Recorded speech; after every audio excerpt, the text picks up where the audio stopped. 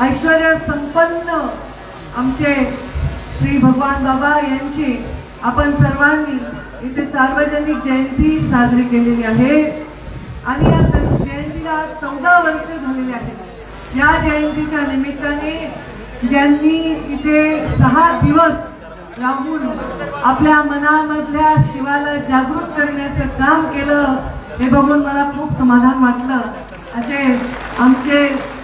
आमचे बंधू आदरणीय समाधान महाराज शर्मा त्यांचं कीर्तन एक वेगळं वाटलं मला की नवीन युवकांसाठी आणि लोकांसाठी पण एक वेगळ्या पद्धतीने त्यांनी जसं समोर बसलेले लोक आहेत त्यांना जसं आवडेल त्याच्या मनाने गेले आणि इतक्या लोकांचे आवाज ते काढतात म्हणजे किती त्यांच्यामध्ये म्हणजे वेगळी कला आहे आणि लोकांना खिळवून ठेवण्याचं सामर्थ्य आहे। त्यामुळे मला असं वाटतं की मी पण गोपीनाथ गडावर आपल्याला निमंत्रण दिलं पाहिजे आणि आता आपल्याला मी जाहीर निमंत्रण देतोय मग लेखी निमंत्रण देते की आपण यावं आमच्याकडे जरूर आपण मुंडे साहेबांच्या पुण्यतिथी किंवा जयंती निमित्त एखादा कार्यक्रम करू आणि आपण जरूर यावं असं निमंत्रण आपल्याला देते।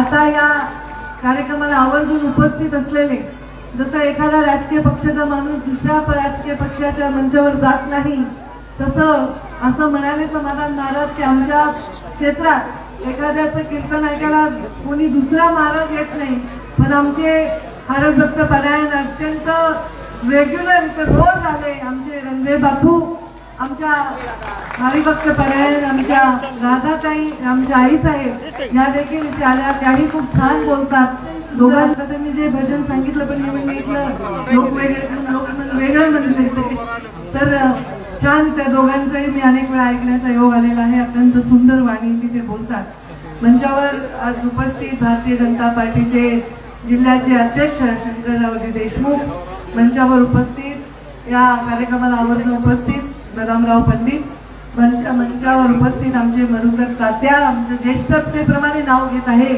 मी लहानपणापासून ज्यांना बघते जसे जॉईन झाले तसे नाव घ्या। आमच्या मंचावर उपस्थित इथे भगवान बाबा जयंती उत्सव समितीचे अध्यक्ष करण तांदळे त्यांना सगळ्यांनी जोरात टाळ्या द्या। संचालन आणि प्रास्ताविक करत आहे आणि इतकं चांगलं भाषण केलं महेंद्र गर्जे आमचे विजूभाऊ गोलार सय्यद अब्दुल्ला वसंत मुंडे यांना मला वाटतं आज सन्मानित आपण करणार आहात। संतोष मानूरकर राजू जाधव नगराध्यक्ष पाटोद्याचे मनोरोज सानप आमचे कसं थोडं सिक्वेन्स चुकला मागे पुढे झाला महेंद्र चारी तुम्ही आमच्या बरोबर आहेत। पांडुरंग नागरगोजे आमचे फौजी गीते बापू आमच्या महिला मोर्चाचे अध्यक्ष आपल्या आष्टी मतदारसंघातील सुवर्णाताई लांबरूड अनिल जायबाई अशोक लोढा रामदास बडे आमच्या समोर बसल्या सत्यभामाताई बांगर जालिंदर सानप संजय सानप असाराम सानप वैद्यनाथ तांदळे मीराताई तांदळे संतोष राख कृष्णा जाधव सर्व अधिकारी आणि आमचे पदाधिकारी सुशील कवटेकर देवीदासजी शेंगे सुधीर उमरे सार्वजनिक जयंती उत्सव समितीचे पदाधिकारी करण तांदळे म्हणजे अध्यक्ष आसाराम सानप रिपीट नाव झाले तरी पण मी वेगळे मागवले कारण या पोरांनी खूप मेहनत घेऊन एवढा चांगला कार्यक्रम केलेला आहे। प्रकाश बांगर विकास सानप सुनील गर्जे रामभाऊ नागरगोजे गणेश नागरे महादेव राग संतोष सानप दीपक दादा अर्जुन नागरगोजे विकास बांगर ओंकार गर्जे बांगर प्रमोद गर्जे सागर सानप संकेत बडे आणि उपस्थित सर्वच मान्यवर आणि समोर एवढ्या संख्येने उपस्थित सर्व टोपीवाले पागोटेवाले सर्वांना माझा नमस्कार। सर्व वडीलधारी मंडळी आणि या कार्यक्रमाला इतकं सुंदर रूप साक्षात शिवाचं पुराण ऐकण्यासाठी शक्ती स्वरूपात अवतरलेल्या माझ्या मायमाऊल्यांनी आणि माझ्यावर अतोनात प्रेम करणाऱ्या आणि घोषणा गामा गुम उन्हामध्ये चालत तो रथ माझं तर वाटत नव्हतं की मला ड्रायव्हर चालवत होता बोटं लावून हे लोक माझा रथ इथपर्यंत आणला असे आमचे सगळे युवा उत्साही युवा माझे बांधव आणि माझ्यावर इतकं प्रेम करणारे सगळ्या स्टेजवर उड्या मारून माझ्यावर फोटो करायला येणारे माझे सगळे छोटे लेकरं माझे बालगोपाळ। आज मी सगळ्यांची नावं घेण्यात थोडा वेळ घालवला कारण खरंच सगळ्यांनी खूप मेहनत घेतली। मला या कार्यक्रमाचं निमंत्रण जेव्हा आलं तेव्हा मी तात्काळ हो म्हणले कारण शिवशक्ती परिक्रमेमध्ये मी कार्यक्रमाला आले होते आणि आपण मोठ्या प्रमाणामध्ये तेव्हा कार्यक्रम घेतला होता आणि खरंच आहे महेंद्र म्हणाल्याप्रमाणे की शिवाचं आणि माझं काहीतरी शिवशक्ती परिक्रमेच्या कार्यक्रमाला मी आले आणि आता आले ते आदरणीय सन्माननीय श्रद्धेय समाधान महाराजांच्या शिवपुराणाच्या निमित्ताने मी जगाच्या समारोपासाठी आले. त्यांचं म्हणणं बरोबर आहे, शिवपुराण हे 7 दिवसात होत नाही, पुन्हा ते पुन्हा येणार आहे. त्यांनी ते शब्द दिलेला आहे आणि त्याच्यामुळे मी ते जेव्हा पुन्हा येतील ते माझ्याबरोबर पुन्हा येतील, मी पण येईल पुन्हा असाही मी शब्द या निमित्ताने देते. खूप मला खरं खूप भरून आलं खरं महाराज, जेव्हा या पोरांनी एवढ्या उन्हात एवढ्या परिस्थितीमध्ये एवढी मोठी रॅली काढली. आमचे मी मधुतात्या नेहमी म्हणते, मधुतात्या आमचं पैलवान गडगे मनाने निष्पाप आहे आणि बोलून टाकते जे समोर आहे, पोटात मोठात वेगळं नाही. आणि ते म्हणायचे असं झालंय तसं झालंय. त्यांनी मला काल फोन केला, मी म्हणलं अरे आजूबाजूला एवढा पाऊस आहे, कशाला रॅली करता. मी आजच बैठक घेऊन आली, आष्टीमध्ये एवढा पाऊस पडलाय, शिरूरमध्ये पाऊस पडलाय, सगळीकडे लोकांची इच्छा आहे ताई तुम्ही या. मी म्हणलं आता मी येईन, ठीक आहे तुमचं समाधान होईल, पण सगळा हाच राडा आहे पुन्हा. ते मला गावाच्या बाहेरच जाऊ देणार नाही, या गावून त्या गावून त्या गावून. त्याच्यापेक्षा मला अधिकाऱ्यांना ताणते आणि तुमच्या सगळ्यांचे पंचनामे करते आणि तुम्हाला काहीतरी मदत मिळून देते तर उत्सव नाही तर काय फोटो काढायचा गावाने जायचा. ते बघितलं आपण, सत्तेचा उपभोग आणि उपयोग हा प्रत्येक क्षणी सामान्य माणसाला करण्यासाठी, सामान्य माणसाचा वाणी आणि वाली बनण्यासाठी मी राजकारणात आहे. तो क्षणही मी बाहेर घालून देणार नाही. आणि म्हणून मी ती बैठक घेतली आणि मी आले. मला मधुतात्याचा काल फोन आला, महेंद्र वगैरे हे सगळे मुंबईला आले होते, हे पोरं पण सगळे आले होते. यांनी मला सांगितलं ताई बघा खरंच भगवान बाबाची किती पुण्याई आहे. बैसुनी पाण्यावरी वाचिली ज्ञानेश्वरी. मी लहानपणापासून ऐकायचे. माझ्या भगवान बाबांच्या भगवान भक्तीगडावर पण एकदा आपण या, कीर्तनाचा कार्यक्रम आपण तिथेही करू चांगला पुराणाचा एखादा. त्या कार्यक्रमामध्ये आल्या, तुम्ही एवढी भव्य भगवान बाबांची मूर्ती मी बनवलेली आहे. मी म्हणजे मी नाही बनवली, ह्या सगळ्यांनी बनवली. पण जी संकल्पना म्हणतो ना, साक्षात्कार ज्याला होतो, बाबांना इच्छा झाली त्यांच्या सावरगावला जायची, ते माझ्या माध्यमातून झालं, कोणत्याही माध्यमातून झालं. तर ती जी मूर्ती माझ्या डोळ्यासमोर अवतरली, मी कधीच कुणाला सांगितलं नाही. ती मूर्ती होती भगवान बाबा पाण्यावर बसले आणि ज्ञानेश्वरी वाचतायत. तुम्ही आजही बघा भगवान भक्तीगडावर ती मूर्ती, असं वाटतं की ती पाण्यात तरंगती आहे आणि ज्ञानेश्वरी वाचतायत. कोणीही भगवान बाबाची देशात अशी मूर्ती बनवलेली नाही. भगवान बाबांच्या लेखीने हा संकल्प पूर्ण केला.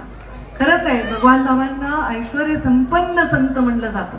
वामन भाऊ वाचा सिद्धी होती, वामन भाऊ कर्मठ होते, वामन भाऊंना धाक होता. भगवान बाबा हे अत्यंत ऐश्वर्य संपन्न होते, घोड्यावर असे रुबाबदार. त्यांचं आता तर ते AI आलंय ना महाराज, त्यामुळे AI वर ते भगवान बाबा साक्षात दिसल्यासारखे दिसतात. घोड्यावर ते जायचे, घड्याळ घालायचे, मोठा ओव्हरकोट घालायचे. माझे बाबा मला नेहमी सांगायचे भगवान बाबा चांगल्या श्रीमंत परिस्थितीतले होते, पण त्यांनी समाजासाठी ही स्वीकारलेली भूमिका होती. आणि एवढं की ते जिथे जातील ते पावन व्हायचं. जिथे पूर आलाय ते म्हणायचे ना पूर ओसरायचा, तसं लोक म्हणायचे मुंडे साहेब आले ना जिल्ह्यात की पाऊस पडायचा. म्हणायचे की नाही, मुंडे साहेब आले की पाऊस पडायचा. तो वारसा मलाही दिला. नंतर दुष्काळ होता 14-13 पासून, मी आले पाऊस पडायचा. लोक म्हणायचे ताई तुम्ही आल्या पाऊस पडायचा. आता मला भीती वाटायची होती, मी इथं आले पाऊस पडला तर यावेळी गडबड होईल, म्हणून मी आपली चिंतेत होते. पण आजूबाजूला एवढा पाऊस होता, एवढी अडचण होती. पण खरंच पोरांनो तुम्ही खूप मेहनत केली आणि तुमच्या साक्षात या कार्यक्रमाला शिवाचा आशीर्वाद, महादेवाचा आशीर्वाद लाभला आणि कुठलेही हानी झाली नाही, कुठलाही थेंब एक पडला नाही आणि काही अडचण नाही आली. मधुतात्या तेच म्हणले बघा ताई किती सत्व असते कार्यक्रमात, एखाद्या नावात खूप मोठी गोष्ट आहे. आणि त्यामुळे आज मी इथे आले ते भगवान बाबांच्या ओढीने आले. मला आठवतं जेव्हा मी भगवानगडावर, म्हणजे भगवानगड नगर, मग बरेच मीडियालाही भगवान भक्तीगडाला भगवानगडच म्हणतात बाहेरचे, तर ते भगवानगडावर मी जेव्हा गेले त्या दिवशी दर्शन घेतलं बाबांचं. शेवटची जेव्हा गेले आणि मी बाबांना म्हणले बाबा चला माझ्याबरोबर. खरंच सांगते, मी भगवान बाबांना म्हणले बाबा माझ्याबरोबर चला. आणि मला असं वाटलं की माझे बाबा तर माझे बाबा आहेच एक मुंडे साहेब, पण भगवान बाबा नाही, मी माझे बाबाच म्हणते. माझे बाबा माझ्याबरोबर सावरगावला साक्षात आले. आणि ती परिस्थिती अशी होती की भगवान बाबांनी जिथे जन्म घेतला आणि भगवान बाबांनी जिथे अखेरचा श्वास घेतला, त्या दोन्ही जागांमधला आशीर्वाद मला लाभला. मला मोठं पण मिळालं. आणि मला शेवटच्या दिवशी, ज्या दिवशी दसऱ्याला आपण भगवान बाबांच्या मूर्तीचं लोकार्पण करणार होतो, त्याच्या आदल्या दिवशी अशी फजिती झाली. ज्यांनी कलाकारांनी मूर्ती केली, हो तयारे निघाली, आत्ता पोचते, रात्रीच आम्ही लावणार असं म्हणले, ते कलाकारांनी काय कच खाल्ली, त्याच्या मागे काय झालं ते भगवान बाबालाच ठाऊ, पण त्यांनी काही मूर्ती लावलीच नाही. आणि हे रामदास बडे असेल इकडे, मी रामदास बडेला म्हणलं तिकडे जा, सविता गोलारला म्हणलं तिकडे जा, रात्रभर झोपू दिलं नाही मी त्यांना. कशी ती मूर्ती एवढी जड होती, भगवान बाबाचा चेहराच असेल एवढा, या पूर्ण स्टेज एवढा, आणि ती मूर्ती कशी आणायची आम्ही, असा विचार आमच्या मनात होता. ती मूर्ती आम्ही आणली, हळू येईली, पंकजाताई आल्या, हेलिकॉप्टर उतरलो, पडदा लावून ठेवला आणि पडद्याच्या मागे मूर्ती होती. लोक जे समोर बसले त्यांना काय माहिती पडद्याच्या मागे काय, त्यांना वाटायला की पडद्याच्या मागे मूर्ती आहे, पण आम्हाला माहित होतं पडद्याच्या मागे मूर्ती नाही. आणि मग करा, भाषण चाललंय. आम्ही म्हणलं भगवान बाबा की जय म्हणले, मी भाषणाला उभे राहिले. त्यांचा काहीतरी मांडीचा भाग लावणं चाललं होतं. आता काय भाषण करेपर्यंत कसं चेहऱ्यापर्यंत येईल ते, असं माझ्या मनात विचार आला. मी भाषण केलं आणि भाषणाच्या नंतर भगवान बाबांचं नाव घेतलं आणि म्हणलं जाऊ दे, जे असेल ते असेल, काढा रे ते पडदा. म्हणून पडदा काढला, साक्षात पूर्ण मूर्ती भगवान बाबा की जय, भगवान बाबा की जय. माझा अंधश्रद्धेवर विश्वास नाही, मावर विश्वास आहे. आणि आपल्या श्रीकृष्णाचं आपण नाव घेतो, आपण इथे भागवत पुराण करतो. कर्म फार महत्वाचं आहे, जे आपण करतो तेच आपल्याला मिळतं. आणि कलियुगात, महाराज चुकले तर क्षमा करा, कलियुगात कर्माची फळं चांगली आणि वाईट दोन्ही लगेच तात्काळ मिळतात. काहीतरी चांगलं कर्म असेल की भगवान बाबांचा हा कार्यक्रम घ्यायचं माझ्या नशिबात होतं. हे चांगलं कर्म होतं की मुंडे साहेबांच्या पोटी जन्म घेतला. हे चांगलं कर्म आहे की तुमचं एवढं मोठं प्रेम मिळालं. ह्याच्याही पेक्षा माझं मोठं भाग्य आहे की भाग्यवान माणसाला करोडो रुपये खर्चून सुद्धा एवढं प्रेम मिळत नाही. ते जेसीबीने तुम्ही फुलं उधळता, तुमचा कार्यक्रम झाल्यावर 2 दिवस मला इंजेक्शन घ्यावं लागतात, इतके फुलं मारता. एवढं प्रेम तर कोणत्याच नेत्याला नाही. मला जर कोणी विचारलं, शहरामध्ये डॉक्टरला दाखवलं, ते म्हणते काय झालं, यांना वाटतं हिला घरी रोज मार पडते काय की. मला म्हणलं हे लोकांचं प्रेम आहे. हे फुलं मला नेम घेऊन मारतात आणि मला काही वरच बघू देत नाहीत. महाराज म्हणाले वाचवा ताईंना फुलं मारू नका, तरी मारतात. फुलांनी मरून येते, ती मारून बेशुद्ध पडायची वेळ आली होती. माझं श्वास घेता येत नाही, एवढे फुलं येतात. एक एवढं मोठं भाग्य आहे. मी नेहमी म्हणते नका रे लावू जेसीबी, नका रे ते फुलं टाकू. दुसऱ्या राजकारण्यांना हे भाग्य आहे असं नाही, मला म्हणायचं नाही, हे असेल, पण ह्या सगळ्या व्यवस्था करायला त्यांना खूप प्रयत्न करावे लागतात. मला एक दमडी सुद्धा मोजावं लागत नाही, 1 रुपया मी खर्च करत नाही, कारण मी काही कोणाचं घेतही नाही. कसं दे, मी काही टेबला खालून घेतच नाही तर देणार काय. मी तुम्हाला प्रेम देऊ शकते, स्वाभिमान देऊ शकते, अभिमान देऊ शकते, आणि मी तो सलोखा राखण्याचं वचन सुद्धा भगवान बाबाच्या साक्षी. याच्या पलीकडे माझ्याकडे देण्यासारखं काय आहे. पण माझ्या येण्याने जर 500 ते 5000 माणसं होत असतील तर तुम्हीच विचार करा काय देऊ शकते. तर हे सगळं देते, हे पुण्य आहे, ह्याच्यापेक्षा माझ्याकडे काय आहे. पण हे सगळं तुमचं जे प्रेम आहे त्यांनी माझी डोळी भरवून येते. आज दसरा मेळावा आहे महाराज, आधी दसरा मेळावा मी दरवेळी म्हणते आता बंद करा, आपण कीर्तन करू, आपण काहीतरी करू, पण हे इतके उत्साही डोंगरातले माणसं आहेत ना, हे मला काही जगू देत नाही. हे मला तयारच, मला फोन 15 दिवस झाले, ताई गावात आम्ही पट्टी जमा केली आहे, ताई आम्ही गावामधून प्रत्येकाने पैसे जमा केले, 40 गाड्या निघाल्या, तालुक्यातून आम्ही 4000 लोक येलो, 5000 लोक येलो, अशा प्रकारचे रोज फोन येतात. आता एवढे लोक स्वतःच्या घरातली चांगली नऊ लुसलुशी तुपातली पुरणपोळी सोडून डोंगर कपाऱ्यामध्ये माझ्यासाठी येत आहेत. नाशिकवरून, बुलढाण्यावरून, वाशिमवरून, अमरावतीवरून, पुणे, मुंबई, पनवेल, नवी मुंबई, इथून बीड जिल्हा, नगर जिल्ह्यातून ते येतातच येतात. एवढे लोक येणार आहेत तर मला काय जायचंय आणि भाषण करायचंय. पण खरं सांगते, भाषण करणं एवढं सोपं नाहीये. नुसतं भाषण करणं सोपं आहे, पण जे बोलतो ते जगणं एवढं सोपं नाही. आणि म्हणून मी रुद्राक्षाची माळ गळ्यात आहे, महाराजांनी उल्लेख केला. ही महाराज ही माळ घालणं तुम्हाला माहिती आहे की किती संकल्प लागते, गुरुचा आशीर्वाद लागते आणि परवानगी लागते. बिना परवानगी ही गोष्ट करता येत नाही. साक्षात प्रज्ञानंदनी सरस्वती शंकराचार्यांनी मला दीक्षा दिलेली आहे आणि मी पण त्याच मार्गावर आहे.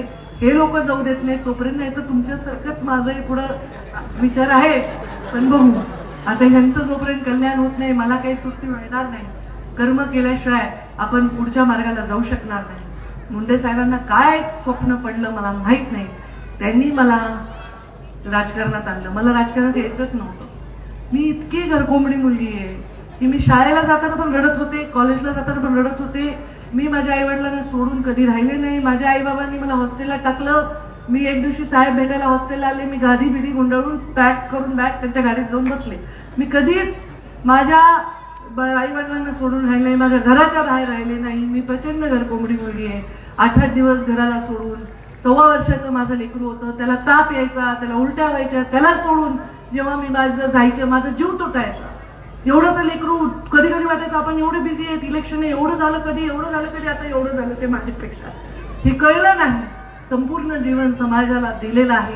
पूर्ण वैभव पायाशी लोळण घेत असताना मुंडे साहेबांनी मला तुला समाजाच्या ओटीत घालायचंय म्हणून मला तुमच्या ओटीत घातलेलं आहे. आणि कधी कधी वाटतं कसं नातं आहे आपलं.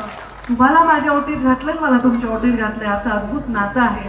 तुमची जबाबदारी माझ्यावर आणि माझी जबाबदारी तुमच्यावर दिलेली आहे. अचानक राजकारणात पडलेलं पाऊल आणि अचानक एकच इलेक्शन मला माझ्या वडिलांचा आशीर्वाद लावला. 2014 तर मुंडे साहेब माझ्या इलेक्शनला जिवंत नव्हते, पण त्या 4.5-5 वर्षात त्यांनी मला काय काय शिकवलं की मी अजून 15 वर्ष झाले. म्हणजे मी 2004ला पहिल्यांदा पाऊल ठेवलं राजकारणात, 2009ला निवडणूक लढवली. आज 20 वर्ष राजकारणामध्ये मी काम करत असताना, 22 वर्ष समाजात काम करत असताना आज जे काय मी करते आहे ते प्रत्येक श्वास हा मुंडे साहेबांना आणि भगवान बाबांना शोभेला असाच घ्यायचा प्रयत्न करते. जेव्हा नम्र व्हायचं असतं तेव्हा अतिनम्र व्हायचं असतं. जेव्हा शांत राहायचं असतं तेव्हा अतिशांत राहायचं असतं. जेव्हा संयमाने वागायचं तेव्हा संयमाने वागायचं असतं. आणि जेव्हा युद्धामध्ये जायचं असतं तेव्हा हातातली तलवार खाली ठेवू द्यायची नाही. अशा प्रकारचं युद्ध. तुम आगे बढ़ो, हम तुम्हारे साथ हैं. पंकज तुम आगे बढ़ो, हम तुम्हारे साथ हैं. माझ्या बरोबर मी आगे बढो, बरोबर तुम्ही पण आगे बढो. असं झालं तर माझ्या पुढे जाण्याला अर्थ आहे. आणि म्हणून कधी माझ्या जीवनामध्ये मी कुणाचा हेवा नाही केला, द्वेष नाही केला, कुणाच्या माघारी काड्या नाही केल्या. जे बोलले तेच केलं आहे. लोक म्हणले असतील माझ्याविषयी काही, कारण त्यांच्या स्वतःच्या फायद्यासाठी त्यांनी काही भूमिका घेतल्या असतील, पण मी त्यांच्यावरही कधी राग केला नाही. मला मुंडे साहेब नेहमी सांगायचे, माणसाने नेहमी बेरजेचं गणित करावं आणि बेरजेपेक्षा गुन्हागाराचं गणित करायची वेळ आता आलेली आहे. आणि म्हणून माझी ही सत्ता भगवान बाबांच्या आणि तुमच्या पायाशी मी अर्पण करते. आणि या सत्तेतून तुमचं तर कल्याण करणारच आहे, हक्कच आहे माझा. ज्या बाबासाहेब आंबेडकर म्हणायचे, एक कहाणी आहे, एक कथा आहे की महात्मा गांधी आणि बाबासाहेब आंबेडकरांना एकत्र राहण्याचा योग आला. महात्मा गांधी वेळेवर झोपले होते आणि बाबासाहेब आंबेडकर रात्रभर जागे होते. महात्मा गांधी बाबासाहेब आंबेडकरांना म्हणले, रात्रभर तुम्ही का जागे होते? त्यांनी त्यांना सांगितलं, तुमचा समाज जागा आहे म्हणून तुम्ही रात्री झोपू शकता, माझा समाज झोपलेला आहे म्हणून मी रात्रभर जागा आहे. त्यामुळे झोपलेल्या समाजाबरोबर काम करणं, झोपलेला म्हणजे काय, समाज झोपलेला नसतो. त्या बिचाऱ्याच्या डोळ्यावर समाजाच्या परंपरांची, लोकांच्या अन्यायाची एवढी जर धूळ चढलेली असते की त्याचे डोळे उघडत नाही. त्या समाजाचे डोळे उघडण्यासाठी, त्या समाजाच्या पाठीमागे उभं राहण्यासाठी, मागासलेल्या माणसासाठी काम करण्यासाठी माझं आयुष्य वेचण्याचा संकल्प माझा आहे. आणि तो संकल्प माझ्या पोटातून, हृदयातून खरा आहे. म्हणून माझ्या या संकल्पाला तुमच्या सगळ्यांची साथ आहे. इथे सर्व जाती धर्माचे महाराज लोक आहेत. माझे सगळ्या बांधव जाती धर्माचे इथे आलेले आहेत आणि तेवढ्याच संख्येने ते येणार आहेत भगवान बाबांच्या परंपरेला, सिमोल्लंघनाच्या परंपरेला. आपण ते एवढे दुष्ट माणसं आहेत. आपण तर शिव आणि वैष्णव, आपण देवाला पण वाटून टाकलं, आपण संतांना पण जातीप्रमाणे वाटून टाकलं, नेत्यांना तर आपण वाटतच असतो. पण मी आहे पशुसंवर्धन म्हणते, माझ्याकडे जात नाही. गाय म्हणजे गाय आहे, बैल म्हणजे बैल आहे. जास्तीत जास्त गीर असेल, जास्तीत जास्त जाफराबादी म्हैस असेल, पण माझ्याकडे जाती भेद नाही. सगळ्यांना सारख्याच लसी लागतात, सगळ्यांना सारखेच औषधं लागतात. त्यामुळे देवाने मला खातं पण असं दिलंय, ज्यांना व्यक्त होता येत नाही, ज्याला बोलता येत नाही, त्या प्राण्यांची दया करण्याचं खातं दिलंय. त्या प्राण्याची दया करत करत माणसांच्या भोजनाची व्यवस्था करण्याचं खातं दिलेलं आहे. तसेच पर्यावरणासारखं खातं दिलेलं आहे. साक्षात सृष्टी, शिवपुराण ऐकतोय, साक्षात सृष्टी म्हणजे पार्वती आहे. आणि या पार्वती म्हणजे सृष्टीचा जे अधपतन होत आहे त्याचं खातं लिहिलेलं आहे. म्हणून एक स्त्री म्हणून काम करत असताना एवढ्या सक्षमतेने मी काम करते आहे. म्हणजे मी एक ऐकत होते की सीतेने जसं जीवन जगली तर बऱ्याच वेळा सांगायचे बायकांना ते सीतेसारखं जगा. रामा कशी वनवासात गेली, सीता रामासाठी हे केलं ते केलं, संन्यास म्हणजे निघून गेल्या, तसं जगा. पण आता काय काळ बदललाय, कलियुग आहे आणि दशमहाविद्यांसारखं जगण्याची वेळ आहे. हातामध्ये शस्त्र पण घ्यायचे आहे, महाकालीसारखं रूप पण द्यायचंय. नवरात्र उद्यापासून सुरू होत आहे. दुर्गेचे 9 चेहरे 9 रूप आहेत. शांत होऊन आपल्याला मातृत्वही द्यायचंय, आपल्याला मोठं मन ठेवून दातृत्वही द्यायचंय आणि मनगटात बळ ठेवून नेतृत्वही द्यायचंय. अशा प्रकारे म्हणून हे भाषण मला फार करायचं नव्हतं, कारण मी सामाजिक मंचावर असे भाषण करत नाही आपल्या कीर्तनाच्या. पण आता ह्यांनी माझा इतका जीव घेतलाय, या त्यांना भाषण अपेक्षित आहे. त्यांचं थोडं डाऊन झालेलं आहे पेट्रोल, बॅटरी. ती बॅटरी मला येऊन चार्ज करावं लागते. आता चार्ज केली तर पुढच्या वर्षीपर्यंत काही टेन्शन नाही. त्यामुळे ही चार्ज झालेली बॅटरी आहे. मी आहे जिथे आहे तिथे. महाराज गंमत सांगते, जास्त वेळ बोलायला पण 1 मिनिटं गंमत सांगते. माझ्या दंत दरबार मी घेते, दररोज घेते, असं नाही की मी नाही घेत. मी पडले होते इलेक्शन मध्ये तरी घ्यायचे. माझ्या एकमेव राजकीय नेता असेल जे चिठ्ठी लिहून लोकांची यादी करून लोकांना भेटते. इतके वळवळ करायचे हे लोक. मग मला आठवलं आमच्या घरामध्ये आमची आई जेव्हा स्वयंपाक करायची, प्रीतमताई खूप रडायच्या. त्या एवढ्या आईला चिकट्या होत्या, त्या आईला सोडायच्याच नाही. मग माझी आई काय करायची, वॉकरमध्ये तिला बसवायची आणि किचनमध्ये ठेवायची तिच्या हातात खेळत. माझी आई हात धुवायला जरी बाथरूम मध्ये गेली तरी प्रीतमताई रडायला सुरू करायची. मग मला ती आयडिया आली की वॉकरमध्ये प्रीतमताईला ठेवून माझी आई काम करायची. तसं जनता दरबार मी करायला सुरुवात केली. त्या सगळ्यांना बसवून ठेवते समोर आणि मी स्टेजवर बसून काम करते. माझ्याकडे बघत ते गपचूप बसतात, रडत नाही, त्रास देत नाहीत, काही नाही. आणि मी आपल्या लोकांची काम म्हणजे एक स्त्री राजकारण करत असताना ती कसं डोकं लावते, घर कसं सांभाळते, तसंच ती हे राज्य आणि देश सांभाळू शकते. हा विश्वास प्रधानमंत्री नरेंद्र मोदींनी आमच्यावर टाकलेला आहे. स्त्रीच्या मोठं शक्ती दिलेली आहे. मी इथे जे काम करते ते काही फार मोठं काम नाही. माझ्याकडे ग्रामविकास खातं होतं, जलसंधारण खातं होतं, महिला बालकल्याण होतं. आता हे खाते जनसामान्याची त्याचं देणं घेणं रोज नाहीये. पण आता यांनी पर्यावरण स्वीकारलंय. मी पर्यावरण मंत्री तर हे पर्यावरणाशिवाय गप्पाच मारेन. आता हे सांगायचं आम्ही हे नाही करू, आम्ही झाडं लावू, आम्ही प्लास्टिक बंदी करू, आम्ही हे करू ते करू. ते लोक नेत्याच्या प्रमाणे ते स्वीकारत आहेत. आणि आज मला आनंद वाटतो की एक निर्णय मी माझ्या पशुसंवर्धन खात्याचा घेतला होता की पशुसंवर्धन खात्याला कृषीचा दर्जा देण्याचा निर्णय घेतला.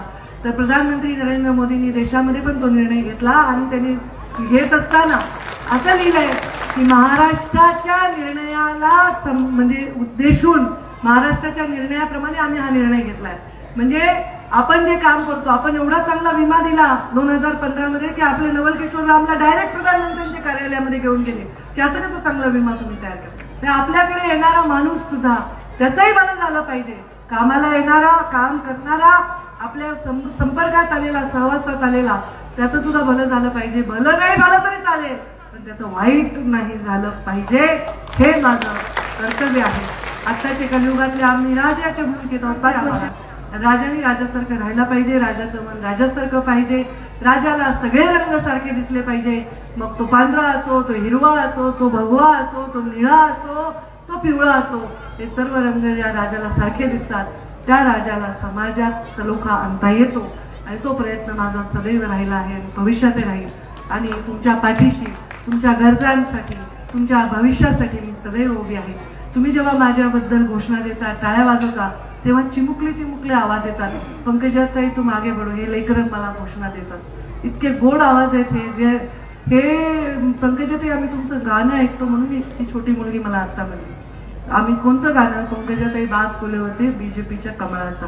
आता 3 वर्षाच्या पोरीला काय कळतं बीजेपीचं कमळ काय.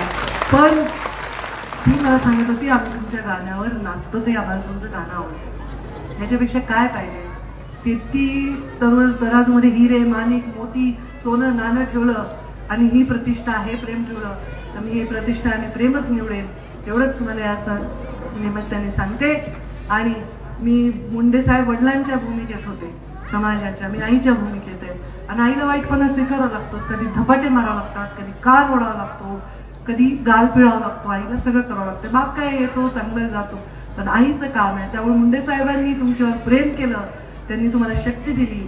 आता तुम्हाला शिस्त पण लावून, तुमचा संस्कार पण करून तुम्हाला चांगलं घडवलं, हे सुद्धा माझं कर्तव्य आहे आणि ते मी करते. आपण आशीर्वाद द्या, असंच प्रेम ठेवा आणि असंच प्रत्येक कीर्तनाला बोला. मागच्या वेळी मंत्री झालेली आहे आणि पुढच्या वेळी तुम्ही बोलवणारच आहेत. मला रामायण ऐकायचं आहे पुढच्या वेळी आपल्याला. आता शिवपुराण ऐकलेलं आहे, पुढच्या वेळी रामायण ऐकायचं आहे. त्यासाठी मी आवर्जून येईल. आपल्या सर्वांचे पुढच्या वेळी आवर्जून आपण सर्व भेटूच. आपल्या सर्वांच्या प्रेमासाठी हात जोडून आपले सर्वांचे आभार मानते आणि शिवाच्या चरणी, महादेवाच्या चरणी प्रार्थना करते. सर्व मंगल मांगल्ये शिवे सर्वार्थ साधिके शरण्ये त्र्यंबके गौरी नारायणी नमोस्तुते. सगळ्यांचं मंगल कर अशीच प्रार्थना करते. उद्या रेणुकाईला जाणार आहे. रेणुकाईला हेच प्रार्थना करेन की माझ्या या समाजातल्या सगळ्यांना सुखी ठेव, यांच्यामधला प्रेम भाव, बंधुभाव असा जसा आता परिस्थिती तसा नको ठेवू, तसा होऊ दे. अशा प्रकारे छत्रपती शिवरायांच्या महाराष्ट्रात सगळ्या मावळ्यांना सोबत घेऊन स्वराज्य त्यांनी स्थापन केलं. ते स्वराज्य आहे म्हणून आज आपण इथे सन्मानाने जगत आहोत. म्हणून समाधान महाराज शिवपुराण सांगत आहेत. म्हणून पंकजा मुंडे गळ्यात रुद्राक्ष घालून फिरत आहे. हे आपला सन्मान छत्रपती शिवरायांमुळे आहे आणि त्यांच्या पश्चात आपल्या भगवान बाबांनी, वामन भाऊंनी हा सन्मान डोंगरकरातल्या लोकांना, ज्यांना दरोडे घालण्याशिवाय आणि काही करण्याशिवाय काम नाही, त्या काळात काय काम होतं, त्यांना चांगल्या माणसामध्ये आणण्यासाठी हे आपल्याला पायंडे पाडून दिलेले आहेत. तेच पायंडे आपण पुढे चालवत राहू एवढं या निमित्ताने सांगते. धर्मावर प्रेम करा, श्रद्धा ठेवा, पण अंधश्रद्धेला 10 हात लांब करा, एवढंच मात्र या निमित्ताने सांगेन. माझ्या वाणीला विराम देईन. धन्यवाद. जय